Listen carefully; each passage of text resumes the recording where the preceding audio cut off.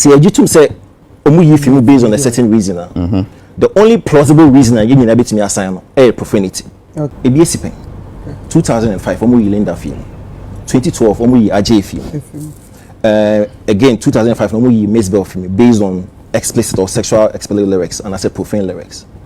Let's assume without admitting say omoka so okay yi film because a profane and I said what profane leanings be. Charters for and I said board no more consistent when it comes to a profane and profane. This in 2012 time when we out to this AJ in a film based on the facts of almost a profane. That year PR at the time Junior Miller Texan because ye AJ in a film because they were profane songs. The same year I'm talking about the lack of consistency when it comes to resolve. At one point every the thing. Small girl, you don't know the thing. I am teaching you the thing. It was nominated to the point where at one point we win the award. Yes, in 2014, Tonga was released. The dialects Tonga. Yeah. Emma Joey B. Crown win the award. With the Tonga. Yes. Tonga now. Nomination, yeah. As I was saying, if you listen to Pooh. By a last mid. By last mid. Like you be finger or you be no yes. So finger. Yes. So if again say he assume without admitting say anything on beginning female, then it means say over the period when it comes to profanity, sexually explicit lyrics partner, they have not been consistent. Enra najo na yeti Chacha House wonka. Say the Makoma no omantimi nominati na iti enra najo omo de reply be nti ewo mu say ampa omo respond ama enra najo ya eti we pacha edie no mo kan omo response no omo say den e pacha o say dey o share elected no yes submit categories for baako most popular song of the year. Yes, submitted for Hip Life Song of the Year, Songwriter of the Year, and a Record of the Year. And on Chichimuna, you say, Messi out in the moon. Now, the Omokache, and he said, Chatter House, a board not decided, say, a freeway air corner. Or at least be anywhere, or was a Numa Kessia, I want you know, qualify for popular song, or Mudini Nubishemu Pim. Woo! And generally, it is as say a free because yes, apply no. Now, the guidelines are one Casadia to go and they apply because you will be there. You want to say two big songs from one artist. And you make it for category back. Okay. Some run and near Nimsa assessor and then they apply. And until you apply Asida and Makoma because these were the two biggest songs in Ghana in 2024. Okay. But according to Omono, they say Omulo or Omo Mrebia Omodiaba and Raya say Omse board net decided say at least be year bako ewo nyuma a so akese mienu a omo ntimi nominating na name omo ankasa wo omo metrics a omo de be hwe ayipie omo twin say ewo ahoden pa no omo de eno ahimama.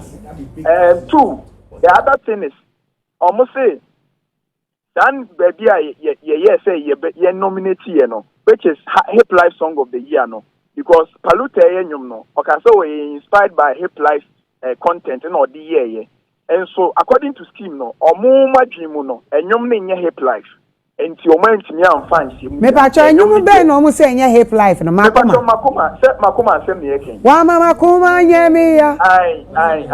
Enye almost say enye Hip Life. Yes, we any your papa regular stone team come say or no so dine won say or no say or no dey or say Hip Life influences wom. Then so scheme ne say omo dey enyom ne nye Hip Life mo my high life mo.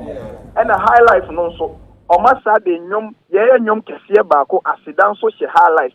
Nti esa omo nsa ntimi mfa mbeka ho. Nti say scheme na dia to say enyom no so bebre na say free artist baako wo oba na say qualify for one category bia omo be choose baako omo atwi mu no omo dwen say emodu eno ya na yim ye bi hono nso omo ka che say record of the year and song of the year no omo ampa omo di kan year review no qualify na mum omo semu no say so omo bubum ekosi 6 songs into first review no omo year na qualify for record of the year na songwriter of the year na mum omo bubum ba 6 no ena ye ntimi a make cat na ntenu ntina songwriter ni we no so ya ntimi a make no na almost say efri na ko the only category a omo be ma kwan say nipa ba ko betinye enya 2 nominations here, best collaboration, best video and a best international collaboration and no one exception ya ka bia anyum kese mienu ntimi make the same category ntino sana ho asente enye profane asembia na omo mai na se bibisa me pa cho me pese bibisa say aseda ene Makoma no e wo album ni mu ana me pa cho ni nyina bo hwe Paluta album na saa nyuma kese ni nyina wo give time some time album na apeke Makoma aseda ni nyina wo that album give time some time album Paluta releasing in 2024 ni nyina e follow under ni nyina apeke no aseda any Makoma ni nyina wo album no so ni nyina nyekese we nyina Ghana me pese bibisa say it is a sia na omo sese enwum mienu eye hater omo tumi nominate omo ahwe omo research na ba ko no meyi a then album na was date the album and also raise questions because album and can say your problems because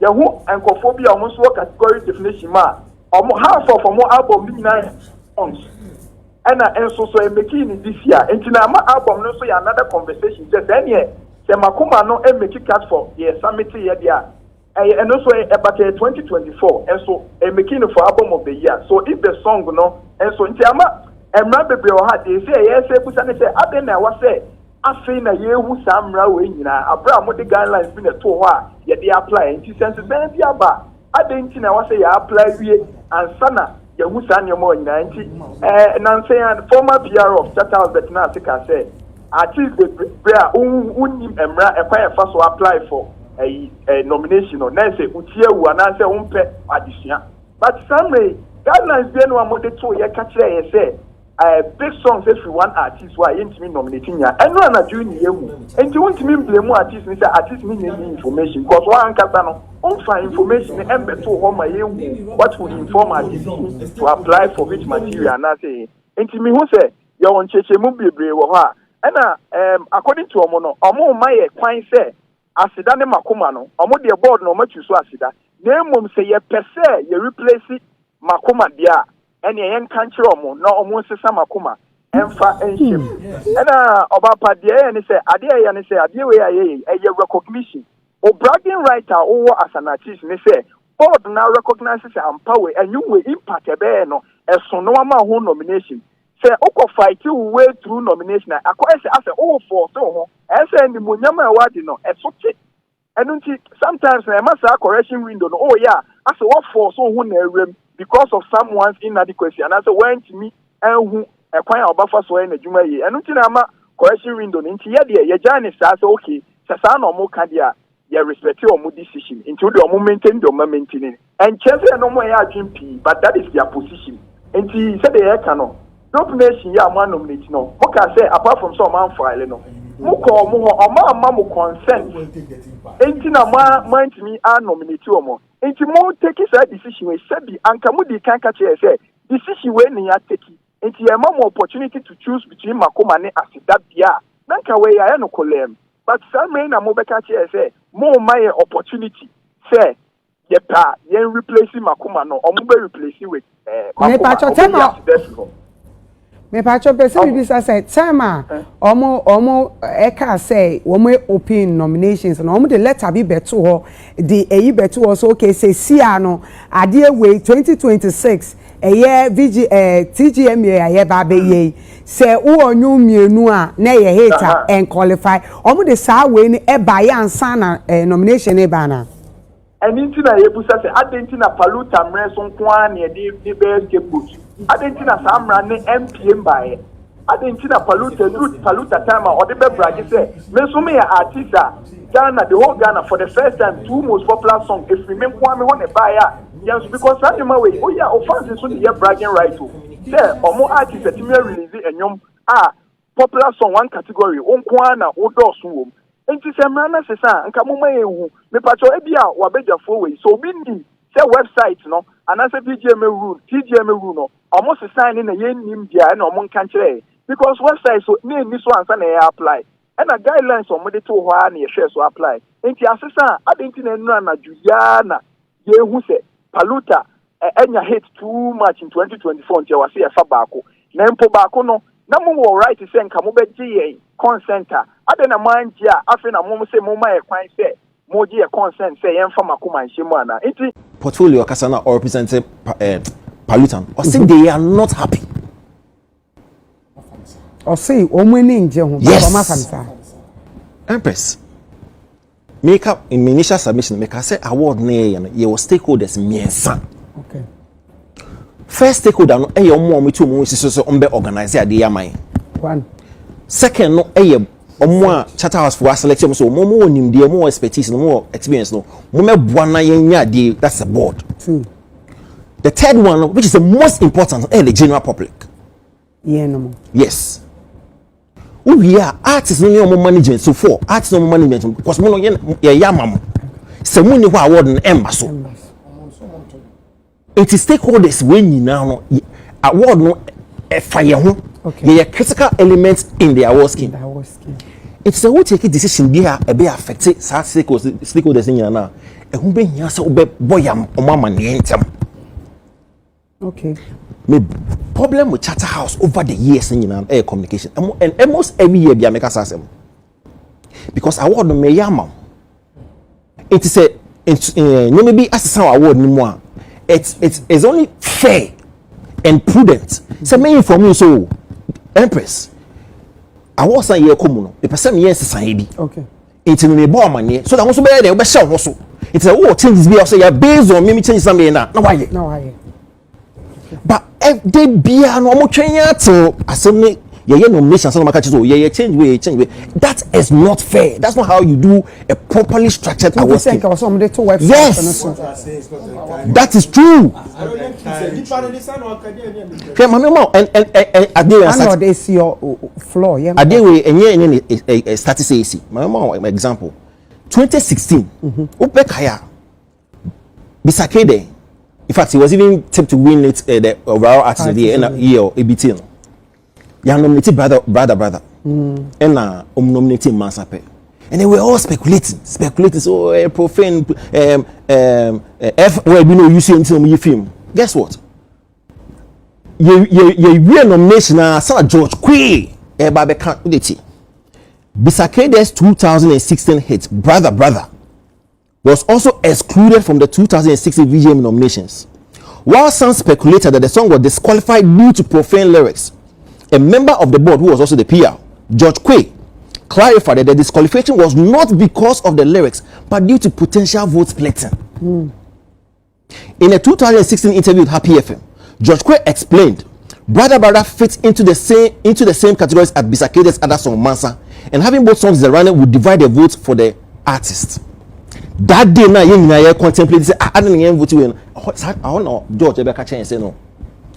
Board no cut snacks and he decided say yeah, 2 songs and go into that. You are not being fair to the artist. True. That's what I'm saying. Oh, okay. You are not being fair to the artist. You are not being fair to the handlers, and you are not being fair to your fans. No, okay. Or the general public now. You what stake for our scheme. Yes. Fans.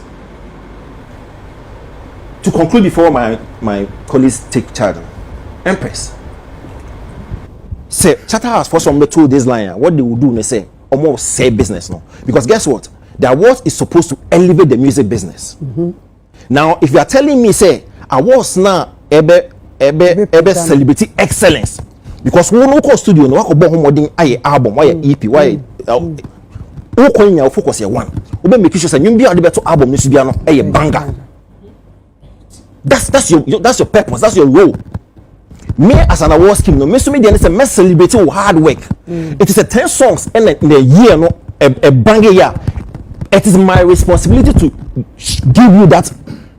Say, in this year, because every year we are the same momentum. It's that particular year, no. It's 10 songs now to me. Yeah, maybe it's here. And me responsibility as a scheme to celebrate your songs. What that means, they say. It encourages everybody else to go in there and do the right thing as an artist. Now if I come and tell you say, oh, what why you were said as an artist, what produce 2 songs, but from a when especially the can also hit. So instead of elevating the business with a scheme, you're rather diminishing it. You're actually discouraging artists. Say, well, in a year, no, with a year, 1 songs, where you recognize it. Album ne EP no. Then what's the point? Okay. There's a single now. What's the point? Because you see, leave it to the artist and the team to decide. Yours is to celebrate excellence. As to whether 5 songs will say, if all the 5 songs are meet your criteria, nominate the song.